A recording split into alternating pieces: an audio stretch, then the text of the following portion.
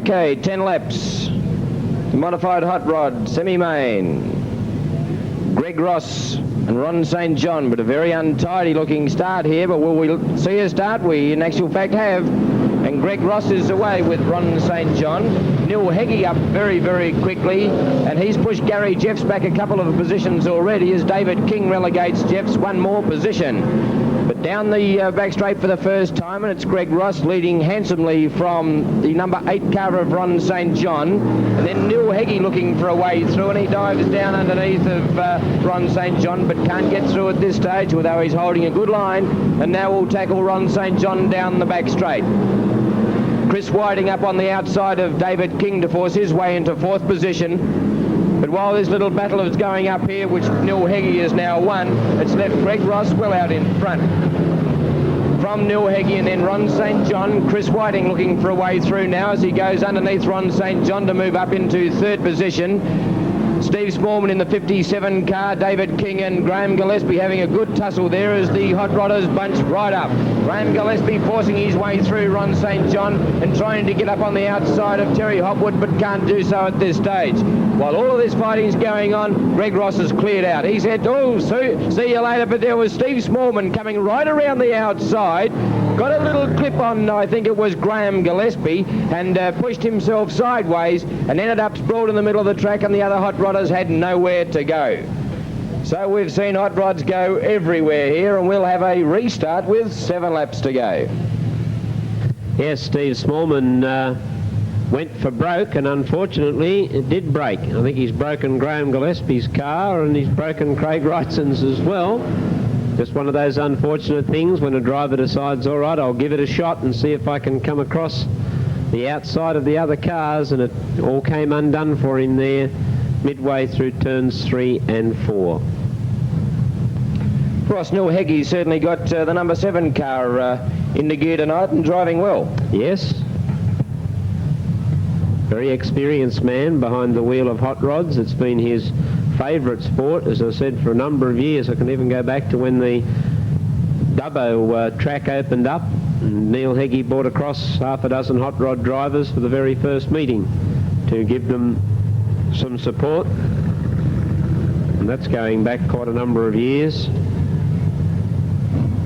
And Neil Heggie on front, Terry Hopwood and David King on the 2nd row, and Graham Edmund and Graham Gillespie in the 3rd row. The yellow light's flashing, looks a good line, the green flag is down, and away we go. And immediately it's Neil Heggie up on the outside of Greg Ross, but Greg Ross keeps it to the floor and continues to lead. Terry Hopwood up into 2nd position now, and here's the flying Graham Edmund in the number 12 car, who's moved up on the inside of Neil Heggie to take over 3rd position. Terry Hopwood now looking for a way to get past Greg Ross.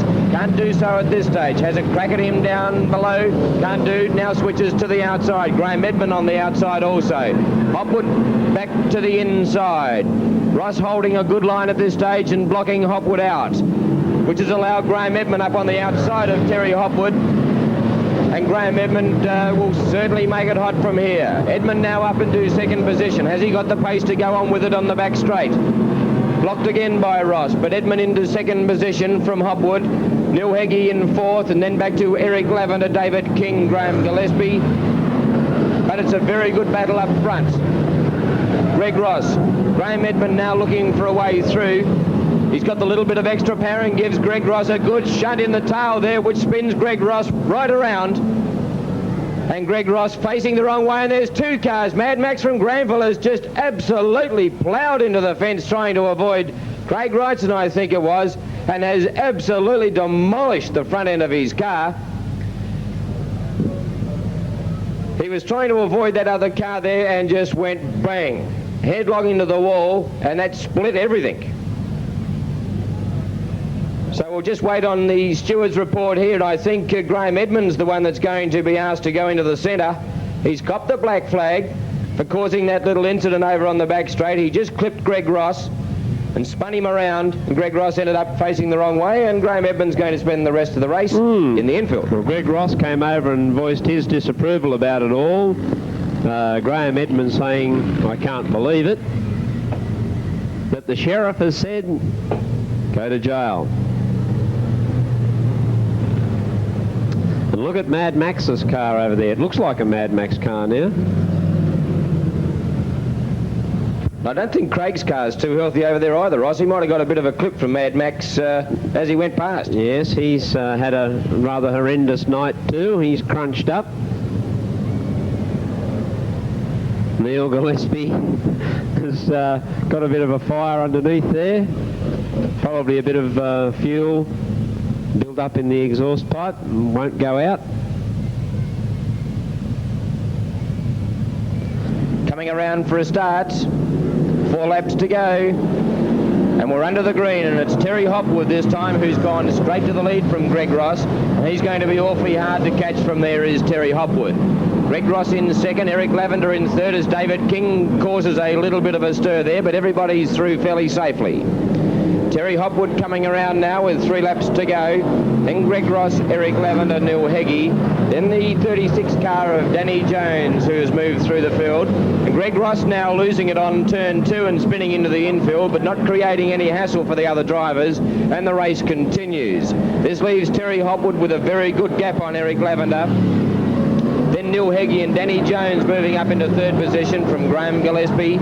Neil Gillespie having a little excursion into the infield, and he'll take no further part in the race. But our race leader is number 6. Terry Hopwood from the Central Coast is leading away well. Then Eric Lavender and Danny Jones from Sydney. Neil Heggie and Graham Gillespie, followed by David King and Steve Olsen.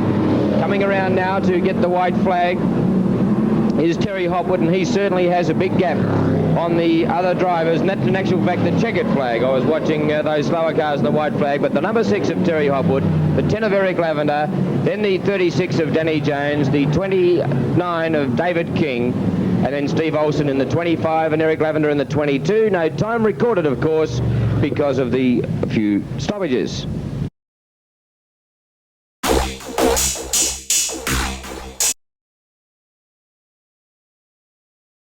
Not. All right, set to go. Hot rod feature, and the green flag falls. Stephen Gay got away quickly from the front. Round the outside he goes to take up the running from Greg Ross. Then comes Ron Letham Jr., who's moving up on the outside, followed by Ron St. John. Well, Stephen Gay's called it an early night. 3/4 of a lap he did, and then whoosho onto the infield, and he was out in front. So Greg Ross inherits the lead at the expense of Stephen Gay. Ron Letham Jr. is moving up into a challenging spot, followed then by the 8 car of Ron St. John, the 7 car of Neil Heggie, then Steve Olsen. They're really bunching up behind Neil Heggie, who went around the outside of the ditch. So we'll get back to the race lead, where Greg Ross is coming under challenge from Ron Letham Jr. And those 2 cars are pretty clear. The big guns are having their problems getting to the front. Steve Smallman and Graham Gillespie are leading that charge of cars. 7 Neil Heggie's got a flat tyre on the rear, and he's going to be black flagged from the race. Neil Heggie doesn't realise he's got that flat tyre. Surely he must know it's handling like a dog. Now he goes under the infield. Dave King went onto the infield as well. And our race leader is still the black and silver car of Greg Ross. Is well clear of Ron Letham Jr. now, and those 2 who started up the front have just continued to increase their lead over the rest of the pack, which is headed up by Steve Smallman, Graham Gillespie and Steve Olsen. They're certainly not going to get anywhere near these leaders. Nowhere near them. Been a topsy-turvy whole affair, which makes it hard to understand why Ron Letham Jr. went to the back of an earlier race when he deliberately elected to start it up the back. The 30 of Greg Ross leads away from the 11 of Ron Lethem Jr., then a long way back, almost half a lap back to Steve Smallman. Now Ron Lethem Jr. is going to put himself up into a challenging position here with a wall of cars in front of he and Greg Ross. Greg Ross is the leader. Ron Lethem Jr. is tucked in behind him. Is he going to try and have a shot at him to get him on the line? I think he might be able to get him too. They dive down low. The 30 of Greg Ross is first. The 11 of Ron Lethem Jr. second. The 12 of Graham Edmund. He came from nowhere. Followed by the 57 of Smallman. Then the 22 of Gillespie. And the 3 of Neil Gillespie. 3 minutes 1.998. 3 minutes 1.998 being the official time for the winner, Greg Ross, who drove particularly well. Ron Lethem Jr. chased out hard after him, particularly in the concluding lap when they caught up the slower cars, but Greg Ross was able to hang on to the lead and win the race. Now the street stocks are coming out for their final, and then, boys and girls, wakey wakey, it's getting very close now to the time of our $2,000 demolition derby, and we'll give them the countdown to make them begin.